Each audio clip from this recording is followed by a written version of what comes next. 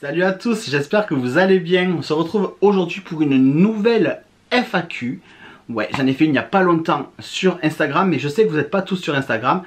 Donc, je fais une FAQ aujourd'hui sur YouTube. C'est parti!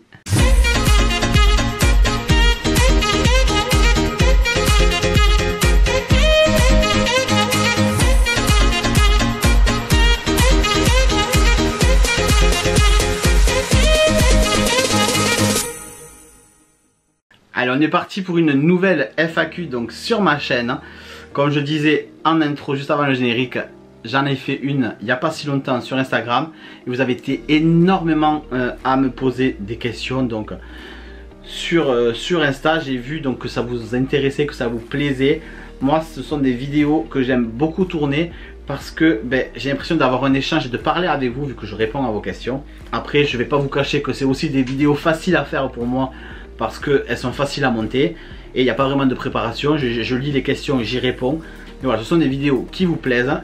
Et comme je disais, vous êtes un certain nombre à ne pas être sur Instagram. Donc qu'est-ce que vous faites encore à ne pas être sur Instagram? Je vous mets ici le nom donc de mon Insta. C'est les vlogs de Ninou, pas très original. Et allez checker ça, allez voir les photos, les posts. Je fais des posts tous les jours, des stories régulièrement et j'en fais tout le temps quand on est à Disneyland Paris. Et il y a même des stories à la une où vous pouvez voir mes anciens séjours à Disneyland Paris, même Walt Disney World. Donc allez-y, allez-y, on vous attend. Avant de commencer cette vidéo, je tenais absolument à vous remercier à tous. Parce que on a dépassé les 7000 abonnés sur YouTube, on a dépassé les 5000 abonnés sur Instagram. Et vous êtes de plus en plus nombreux donc, et vous êtes énormément fidèles. Je trouve que j'ai une communauté très fidèle. Beaucoup de personnes attendent et me disent qu'ils attendent avec impatience le samedi matin pour les nouvelles vidéos des vlogs de Ninou, que ce soit des vlogs ou pas. Mais c'est vrai que la dernière série de vlogs à Disneyland Paris, vous avez été très nombreux à interagir, à commenter ces vidéos et à me dire que ça vous plaisait, que vous kiffez ces vidéos. Même si au final moi j'ai l'impression de faire toujours pareil, parce qu'au final je vais à Disney, je fais des attractions, je fais Autopia, je râle sur Autopia, je fais Phantom Manor, j'adore Phantom Manor, on mange, on fait toujours pareil, on fait toujours pareil. Il y a le point météo, voilà, c'est vous prenez les vlogs, les séries de vlogs les unes après les autres et en fait on se rend compte que c'est toujours les mêmes vidéos, mais ça vous plaît toujours autant et merci. Merci pour ça, merci pour vos retours, merci pour votre bienveillance et merci d'être toujours là tous les samedis et même les lundis. Vous pouvez voir les vidéos n'importe quand, mais merci d'être là au rendez-vous et on vous aime beaucoup et on est très content de la communauté que nous avons et on est surtout très content de vous croiser à Disneyland Paris quand on y va.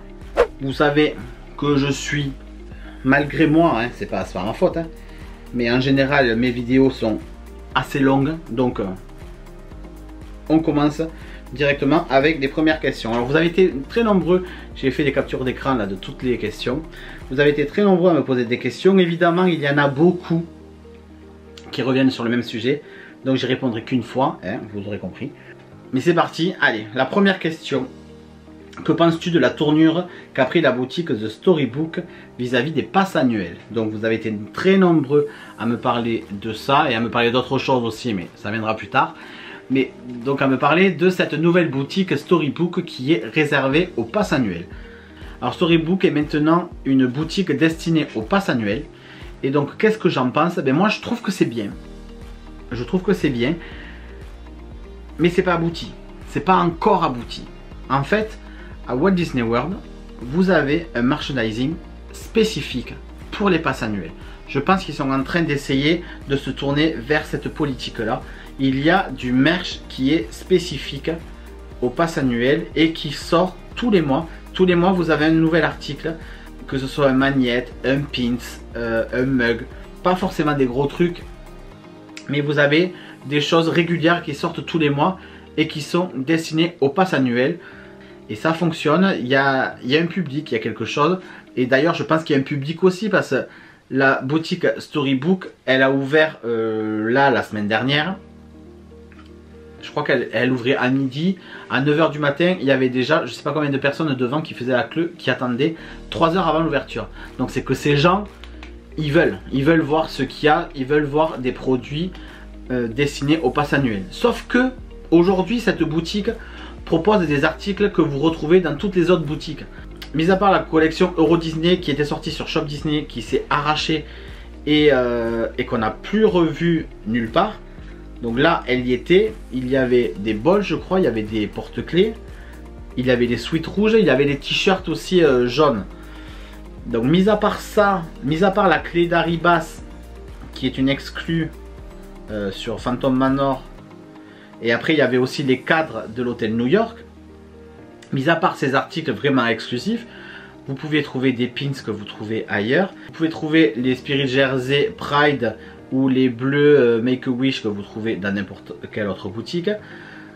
Donc ça, moi j'aime pas trop. Le fait de faire une boutique où il y a des articles qu'il y a ailleurs, ça n'a aucun intérêt. Clairement, pour moi, ça n'a aucun intérêt.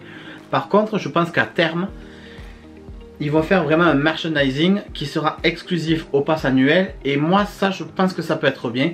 Comme vous avez les affiches du pin trading tous les mois avec les nouveaux pins qui sortent, c'est pas impossible que tous les mois, il y ait des affiches ou il y ait un merch qui sorte avec un nouveau pins, avec une nouvelle lanière, un nouveau mug ou voilà, un nouveau magnète, des petits trucs qui vont intéresser les passes annuelles. Donc, et après, peut-être qu'il va y avoir de temps en temps des gros produits comme peut-être un Spirit Jersey ou un gros livre prévu que pour nous. Et voilà, je trouve l'idée pas mal. Je trouve juste que pour aujourd'hui, c'est pas abouti.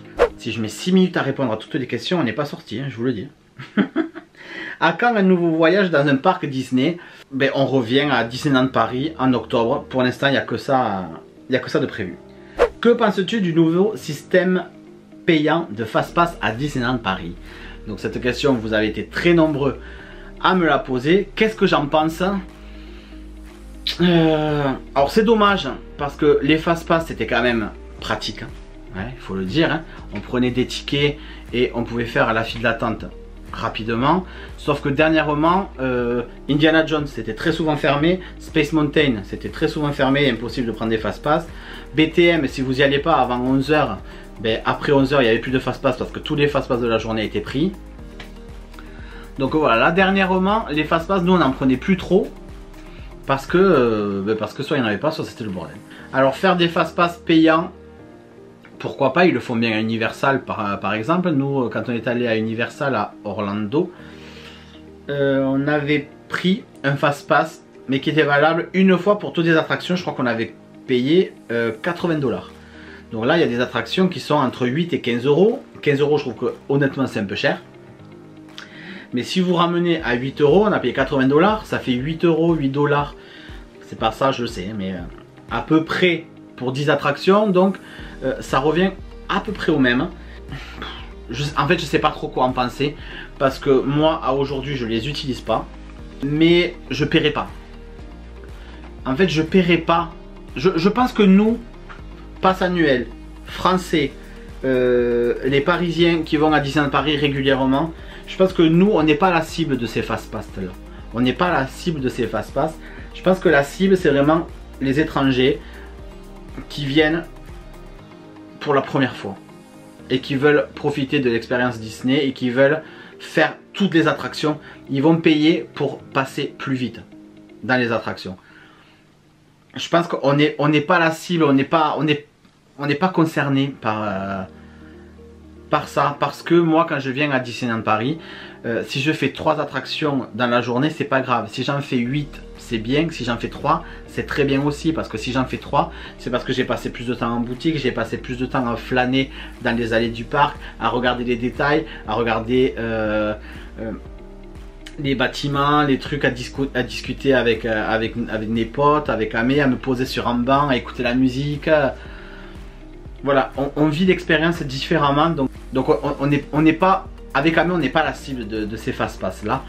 Par contre, ce que je trouve dommage, comme j'ai pu le voir dans la vidéo de Wonderhook, ce qui était d'ailleurs sûr, hein, ils n'allaient pas faire de file spéciale pour les premiers access, mais c'est les anciennes files Fastpass donc que vous prenez. Donc c'est à dire que quand vous prenez ce premier access par exemple pour Buzz Lightyear Laser Blast, ben, vous coupez toute la file extérieure, mais une fois arrivé à l'intérieur, ben, vous êtes dans la file, donc vous faites 5-10 minutes d'attente.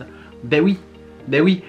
Pareil pour BTM, et encore pour BTM, vous arrivez juste à la descente de l'escalier, juste avant l'embarquement. Donc là, ça va. Y a quoi après la tote, vous arrivez au niveau de la bibliothèque, mais tout ce qui est après la bibliothèque, dans la chaufferie, tout ça, là vous faites la queue. Y a quoi d'autre comme attraction? Peter Pan, il y a une file spéciale, donc Peter Pan encore, elle peut être rentable. Mais voilà, moi ce que je trouve dommage, c'est que à payer, faites-nous embarquer de suite, quoi. Qui est un accès direct où on arrive directement à l'attraction et pas qu'à un moment donné, hop, on se retrouve dans la file normale. Space Mountain c'est pareil, vous arrivez au niveau du tourniquet, là où vous avez toutes les photos des galaxies, tout ça. Maintenant c'est les vaisseaux Star Wars et tout. Mais après ce long tunnel là, vous avez les tourniquets et vous vous retrouvez dans la file normale.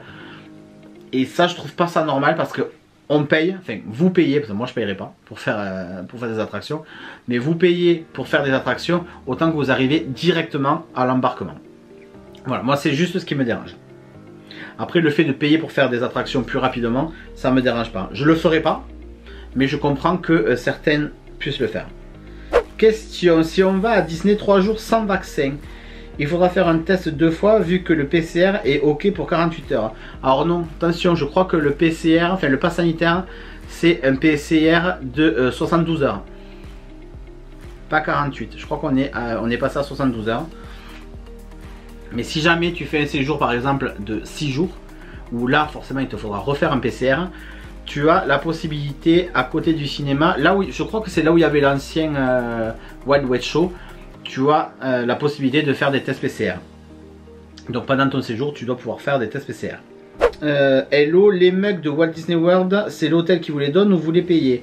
Alors tu dois parler des gobelets en plastique qu'on avait pour les petits déj. C'est pas vraiment des mugs, enfin pour moi un mug c'est en céramique, là c'est en plastique, donc je joue sur les mots mais voilà. Alors si tu parles de ça, nous on les a pas payés parce qu'on avait le dining plan de compris, mais oui tu dois l'acheter si tu n'as aucune formule repas, tu dois l'acheter, tu l'achètes le premier jour à ton arrivée à l'hôtel. Tu l'achètes, ça doit être je crois une vingtaine de dollars et puis après tu ne repayes plus et tu te sers à volonté de soda, de boissons chaudes, café, thé, voilà, à volonté dans ton hôtel uniquement. Ça ne fonctionne pas dans le parc, je crois que tu as une autre option, un autre gobelet à acheter dans les parcs si tu veux, mais ça fonctionne uniquement à l'hôtel et tu l'achètes une fois et après tu le remplis le nombre de fois que tu veux dans le séjour. Avec mes frères, nous allons à Walt Disney World en 2023, un hôtel à nous conseiller et surtout que faire en priorité. Alors un hôtel à conseiller, mais moi j'en ai fait qu'un et c'est le Coronado Springs et il était très bien, donc moi je te conseille celui-là, mais il y en a forcément d'autres qui sont très très bien aussi, donc je suis pas très objectif parce que je connais pas l'expérience complète. Et surtout que faire en priorité? Ben, fais les parcs. Je comprends pas trop la question. Je fais des vidéos zoom sur les différents parcs. Il y en a un qui est sorti sur Magic Kingdom. Et la semaine prochaine, c'est, je vous l'annonce, c'est le zoom numéro 2 sur Epcot, où je décortique un peu tous les parcs de Walt Disney World. Donc peut-être que ces vidéos t'intéresseront pour voir un peu ce que tu as envie de faire. Votre ressenti lors de votre dernier séjour à Disneyland Paris, la magie est-elle toujours présente? Oui, oui, oui, la magie est toujours là. Pareil, vous avez été 2-3 à me poser cette question. Alors peut-être que c'est par rapport aux mesures sanitaires que vous avez peur que la magie ne soit plus là, mais non, non, non, tout est là. C'est juste que ben, y a la distanciation qui est respectée ou pas, mais il y a le port du masque, mais après, non, tout est là. Tout est là. Alors oui, il n'y a plus vraiment de parade, oui, il n'y a plus de feux d'artifice, mais les attractions sont là, tout est là, les personnages sont là, les cast members sont là, tout le monde est là, le parc est là, est ouvert, il vit et la magie est toujours à Disneyland Paris. La Corse est-elle toujours dans vos projets après 2 annulations? Ben, je t'avoue que non. Je t'avoue que non, on n'en parle plus vraiment. Notre prochaine destination, alors j'anticipe, parce que j'ai déjà lu toutes les questions, mais vu que là on parle de voyage, notre prochaine destination était censée être la Croatie. On devait partir en Croatie fin du mois d'août là. Mais comme vous savez, nous avons adopté Victoria. Et les démarches ne sont pas encore terminées depuis le temps. Victoria n'est pas encore officiellement notre enfant. Nous ne sommes pas encore officiellement ses parents. Elle est encore pupille de l'État et elle est encore sous la responsabilité du préfet. Et donc ben, il n'est pas possible pour elle de prendre l'avion parce qu'elle n'a pas de pièce d'identité. Voilà, elle ne porte pas encore notre nom de famille. Ça va être réglé au mois de septembre. Nous avons une date de tribunal enfin pour le mois de septembre.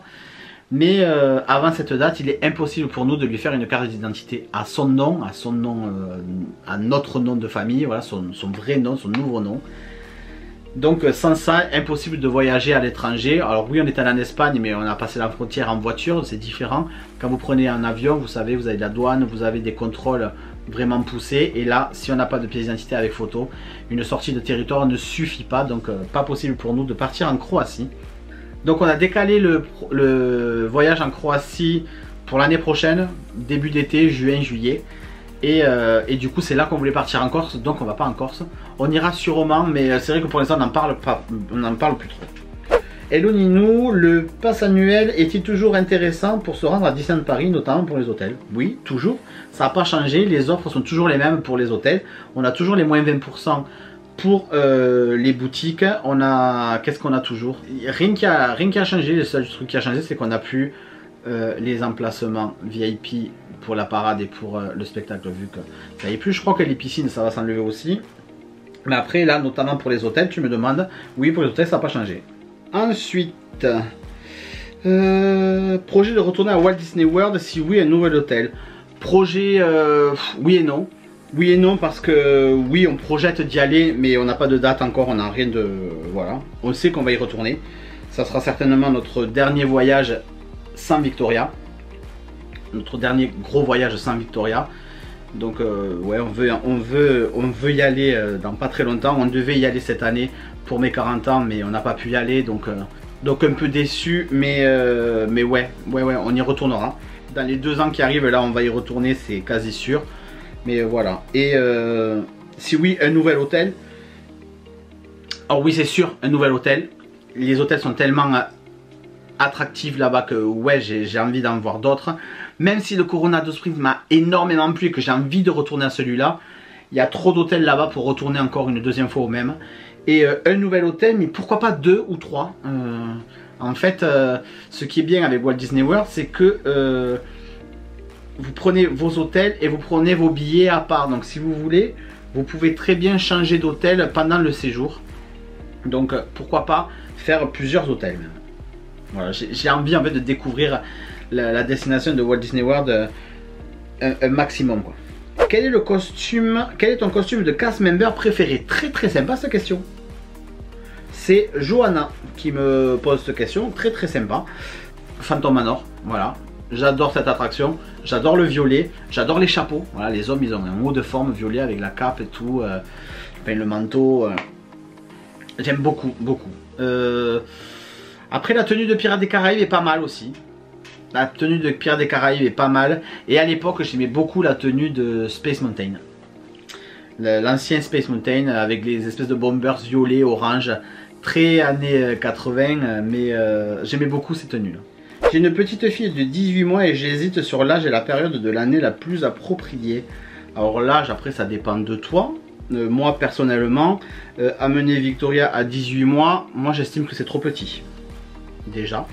Parce que je ne me vois pas faire le parc avec la poussette, la sieste.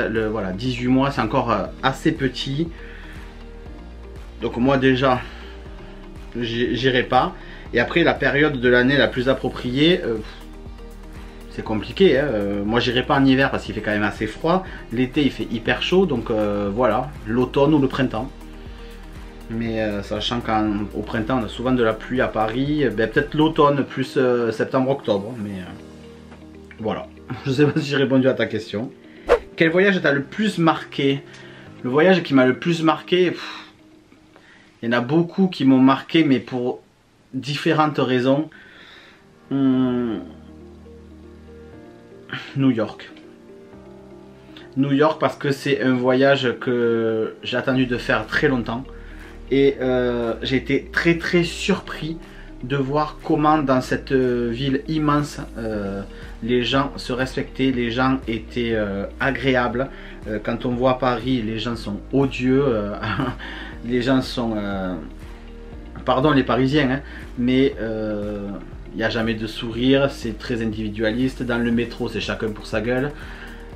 Alors oui, vous êtes pressé, vous avez beaucoup de transport à faire, d'accord, mais à New York c'est exactement pareil et les gens sont agréables, ils vous laissent passer, ils laissent les sièges aux anciens ou aux enfants. Chacun respecte quand le métro s'ouvre, d'abord les gens sortent et après les autres rentrent, alors que là c'est la cohue, c'est le premier qui va rentrer. Il y a du savoir-vivre en fait et j'ai vraiment été très surpris par tout ça et puis la beauté de la ville et tout ce qu'il y a à faire et la culture et j'ai adoré. Nous aimerions découvrir Walt Disney World pour la première fois, des conseils.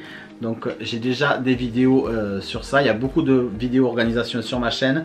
Il y a les vlogs sur lesquels tu pourras avoir quand même des conseils sur le parc, donc sur le moment présent. Et donc il y a des vidéos Zoom qui sont en train de sortir, donc je te conseille de les regarder. Pourquoi avoir choisi le métier d'ambulancier? Parce que je travaillais dans la restauration et j'en avais marre d'être le larbin et d'être traité comme un larbin. Et amène-moi ça et amène-moi ça. Voilà, j'avais envie d'être là pour les gens et qu'il y ait une certaine reconnaissance parce que quand tu es ambulancier, tu amènes tes personnes à des consultations, tu amènes des personnes aux urgences, tout ça. Et si tu n'es pas là, ils ne peuvent pas y aller. Donc ils ont besoin de toi et c'est ça qui a fait que j'ai choisi ce métier. Qu'est-ce qui manque pour toi à Disneyland Paris pour que les autres parcs dans le monde ont? Qu'est-ce qui manque pour moi à Disneyland Paris et qu'on peut retrouver dans d'autres parcs? Donc on va parler dans d'autres parcs Disney. Si on commence à comparer Disney avec Universal Studios ou autre, on va pas s'en sortir. Mais qu'est-ce qu'il y a à Disney, qu'est-ce qu'il y a dans les autres parcs Disney, notamment aux États-Unis, vu que j'ai fait cela et qu'il n'y a pas le respect des personnages peut-être. En France, il y a toute cette cohue dès qu'il y a un Donald ou Mickey qu'il y a dans le parc, tout le monde se jette sur eux, tout ça. Alors qu'aux États-Unis, il n'y a pas d'attente, les gens ils font leurs photos et ils repartent. C'est beaucoup plus fluide. Pourtant, il y a du monde, les gens ils aiment les personnages, mais ça et ah oui. Ça, chose que j'aime beaucoup, c'est des snacks vraiment emblématiques des parcs Disney. Voilà, ça manque. Voilà, des bretzels Mickey, ça manque. On a les cookies Mickey, ok. On a le Dole Whip, mais c'est pas le vrai Dole Whip. Il est à la mangue, je crois, maintenant. Mais le Dole Whip Pineapple, il n'y est pas. Qu'est-ce qu'il n'y a pas? Voilà, il y a une offre. Il y a vraiment une offre de snacks à Walt Disney World et au parc américain en général qu'on n'a pas à Disneyland Paris et ça manque. Ça manque parce que franchement ça marcherait de fou. Ça marcherait de fou.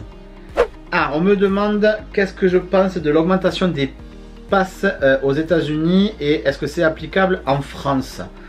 Alors, les passes annuelles aux États-Unis étaient déjà très chères. À Walt Disney World, ils sont dans les 1000 $.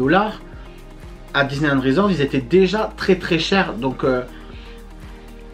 je pense pas que ça soit applicable de suite en France. On risque peut-être d'y arriver dans 5-6 ans. Surtout quand le Walt Disney Studio sera terminé, qu'on aura les 3 landes et qu'on aura un beau parc et qu'on aura 2 vrais parcs dans la destination. Peut-être que là, on va y arriver. Mais ça ne sera pas sans avantage. Moi, je ne crois pas à un pass à 1000 balles. Sans avantage, sans réduction d'hôtel, sans réduction en boutique. Moi j'y crois pas. En tout cas, si ça vient à arriver, je le prendrai plus. Parce que ça sera trop cher et je préférerais payer mon séjour plein pot, quitte à prendre des réductions sur vente privée ou autre. Mais ça vaudra pas le coup. Il faut quand même qu'il y ait des avantages à avoir un pass annuel. Et je pense qu'ils sont dans cette optique-là, à garder quand même des avantages, vu qu'ils viennent de créer cette boutique Storybook, qui certes n'est pas aboutie, mais je pense que l'idée est là. L'idée est de faire une offre spéciale pour les passes annuels, de créer une boutique. Il n'y a pas le merchandising encore, mais je pense que ça va arriver. L'idée est là, c'est en train de germer, c'est en train de voir si le public, si les guests vont suivre. Donc moi je ne crois pas à un pass annuel sans avantage. Donc si oui on vient à frôler les 1000 balles pour un pass annuel et qu'on a des bons avantages, par exemple, je sais pas moi, si on garde les réductions sur les hôtels, si on garde les moins 20% en boutique, et qu'en plus ils nous rajoutent par exemple deux fast-pass sur notre séjour ou 3, ou la possibilité de réserver 5 ou 6 jours consécutifs, comme c'est le cas d'ailleurs aux États-Unis, pourquoi pas? Pourquoi pas? Donc à voir, mais ça, franchement ça sert à rien de polémiquer et de dire ah, on va voir ça en France, ça va être cher. On ne sait pas ce qui se passe. Là, on sait ce qui se passe à Disneyland Resort, vu que ça y est, c'est sorti. Mais en France, on ne sait pas du tout, on n'est pas du tout dans les papiers de Disneyland Paris. Donc attendons de voir avant de se monter le bourrichon. ça sert à rien, puis on se fait du mal pour rien. Profitons de nos passes annuelles pour l'instant et on verra après. On parle encore du premier access. Vous avez été beaucoup, hein. Les fast pass encore.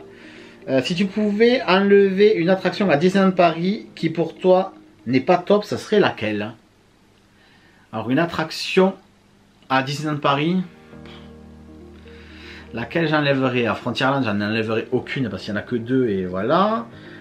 À Adventureland, il y a Indiana Jones et Pirates des Caraïbes, je l'enlève pas. À Fantasyland, j'enlèverai le Pays des Contes de Fées. J'enlèverai le Pays des Contes de Fées parce que c'est celle qu'on fait jamais.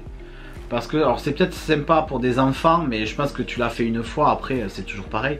Ou alors la rethématiser et changer des décors, parce que depuis l'ouverture, enfin depuis qu'elle est là, il y a toujours Pierre et le Loup, les Gargouilles, il y a toujours le Magicien d'Oz, enfin changer, ajouter Arendelle, ajouter d'autres décors, actualiser, ajouter le Coco ou le pays le monde des morts. Voilà. S'il y avait une nouvelle thématisation, ça serait peut-être plus sympa, mais moi j'enlèverais celle-là. Je laisse par contre le Casé Junior, le train de Dumbo est super marrant, j'aime beaucoup le faire, mais en bas je l'enlèverai, je ferai autre chose. Si vous collectionnez du Disney depuis un moment, où les stockez-vous?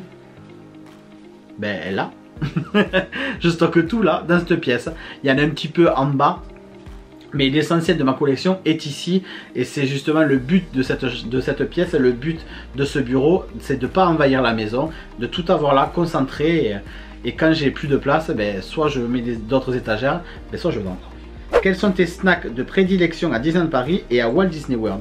Alors à Disneyland Paris, ben, on en parlait là tout à l'heure, il n'y en a pas énormément, mais j'aime beaucoup les cookies Mickey.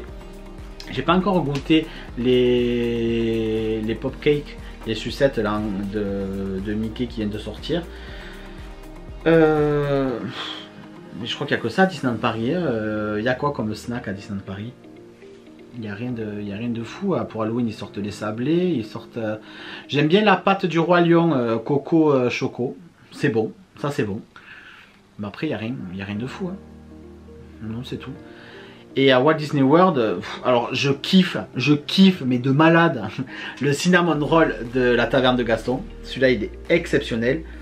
Le bretzel n'était pas mauvais, il y avait une petite sauce cheddar, il était très bon. Je suis pas fan de bretzel, surtout quand il y a les gros morceaux de sel, mais j'avais enlevé, j'avais bien aimé. Qu'est-ce qu'il faut tester? Oh, le Dole Whip Pineapple, évidemment, il faut tester ça à Walt Disney World, c'est vraiment hyper bon. C'est rafraîchissant et tout, si vous aimez la glace et l'ananas, voilà, allez-y. Et après il y a des snacks salés aussi, notamment du porc effiloché là, ça fait comme des bols avec des légumes, des haricots rouges, tout ça. Ça c'est super bon, du riz, c'est un peu mexicain, vous les trouvez surtout dans des food trucks, tout ça. Mais ça c'est hyper bon, c'est des snacks, c'est salé, mais ça reste quand même des snacks. Donc voilà ce qui me vient en tête. Ah, et celui de Pandora, c'est le Blossom quelque chose. Voilà, cette boisson hyper instagrammable, rose, verte, qui est aux fruits de la passion et à la poire, je crois, de mémoire. Les billes qu'il y a au dessus là, c'est des billes de fruits de la passion. C'est un régal, c'est un régal. Hop, on me repart encore de la boutique. As-tu acheté les nouveaux produits? Ben voilà, on continue dans les snacks sur le thème de la sucrerie. Donc les produits snacks qui sont sortis à Disneyland Paris. Non, je les ai pas achetés parce que quand on est allé à Disneyland Paris, c'était pas encore sorti. Alors les ears, on les avait déjà vus à Walt Disney World, on les trouve pas jolis. Ce qui nous déplaît, c'est le fait que les ears, les oreilles, elles sont vraiment en dur, elles sont vraiment en plastique dur. Donc ça fait pas joli. Enfin, nous on n'aime pas. Amélie surtout n'aime pas. c'est elle qui met les ears. Mais après, j'avoue que le suite à capuche bleu-vert là est très très beau. Les t-shirts sont sympas, les magnettes sont pas mal. Donc s'ils y sont encore quand on y va en septembre, non en octobre, enfin la prochaine fois. Ouais, peut-être qu'on craquera parce que je trouve cette collection très très très jolie. Avez-vous déjà séjourné au Dream Castle? Si oui, qu'en avez-vous pensé? Oui, on y a déjà séjourné, c'était très bien. En plus de mémoire, on avait été surclassé, je sais pas pourquoi. Dans une suite, c'est vraiment très très beau. Est-ce qu'on avait pris le petit déj? Je sais pas parce que en tout cas ça m'a pas marqué. Mais l'hôtel était très sympa. Et d'ailleurs là, lors d'un prochain séjour, c'est pas le prochain, c'est l'autre après encore, on va très certainement dormir au Magic Circus et je ferai une vidéo dessus, comme ça je vous le présenterai parce que vous êtes beaucoup à me demander des conseils sur les hôtels partenaires, donc je ferai ça. Allez, on arrive vers les dernières questions. Ouais, il me reste 2 pages. Ça devrait aller plutôt vite. Quels sont vos métiers respectifs? Je suis ambulancier, j'en ai parlé. Et Amélie est infirmière, infirmière libérale. Quels sont tes conseils pour économiser pour Walt Disney World, pour optimiser le budget? Déjà, suivant la période, si tu vas à Noël ou si tu vas en septembre, ça ne sera pas le même prix. Si tu prends un hôtel value, ça fera moins cher que si tu prends un moderate ou un deluxe. Voilà, il y a plusieurs choses à voir. Tu peux aussi très bien dormir. Il faut calculer plusieurs options avec des hôtels sur le parc, des hôtels hors du parc. Il y a des hôtels Marriott en louant une voiture. Peut-être que tu peux réduire les prix, sachant qu'il faut quand même payer le parking tous les jours quand tu vas au parc. Il faut calculer. Moi quand je prévois des voyages, je fais ça. Je prends une feuille et elle est option 1, hôtel, machin, je fais ça. Option 2, je fais ça. Option 3, voilà, tu fais aussi en fonction de la compagnie d'avion. T'en as qui sont plus ou moins chers. C'est comme ça que tu peux gagner des sous. Après, il n'y a pas de solution miracle. Encore, on parle des fast-pass, Ah! Pourquoi aimes-tu la nouvelle attraction Cars? Mon cher Olivier de Main Street Actu, je te passe d'abord le bonjour. Merci pour ta question. Je t'ai vu réagir sur mon post Instagram. Alors je vais reprendre le post Instagram précis. Parce que oui, je sais que cette attraction, vous voyez, on m'en parle encore là dans la FAQ. Cette attraction, voilà, Olivier, tu m'as marqué. J'ai regardé à plusieurs reprises mon calendrier et non, nous ne sommes pas le 1er avril. Pourquoi? Parce que j'avais mis que cette attraction est beaucoup critiquée, mais très sincèrement, nous l'avons appréciée.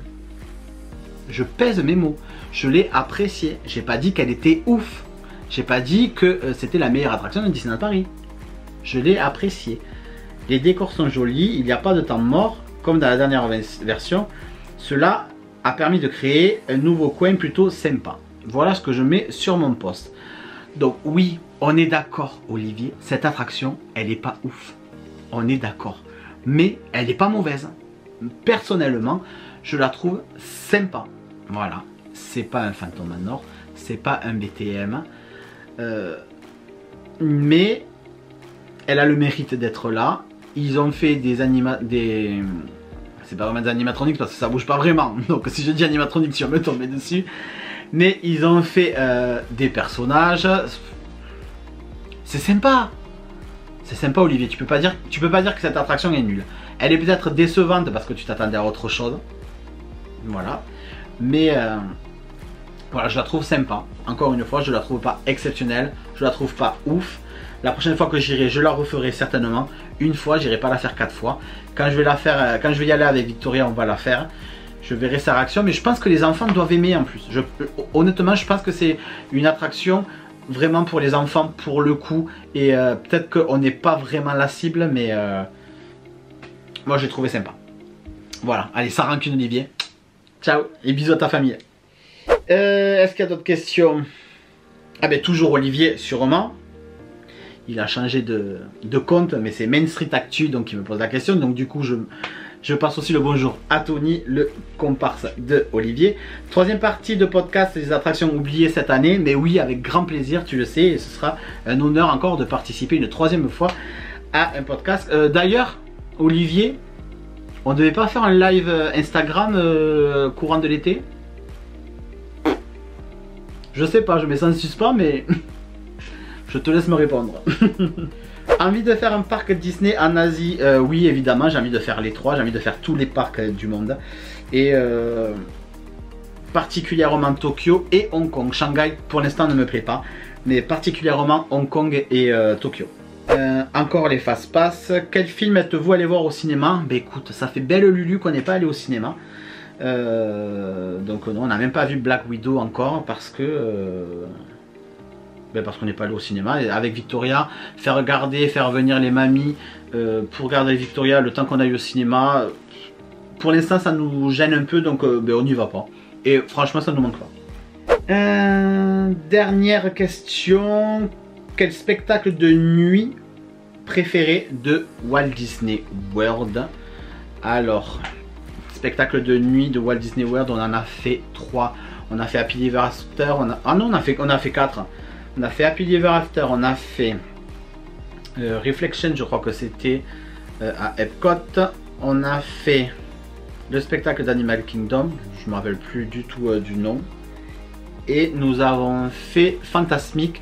Des 4, je dirais Fantasmic. Même s'il est un peu cheap, même s'il est un peu vieillissant, je dirais celui-là parce que la musique est très jolie.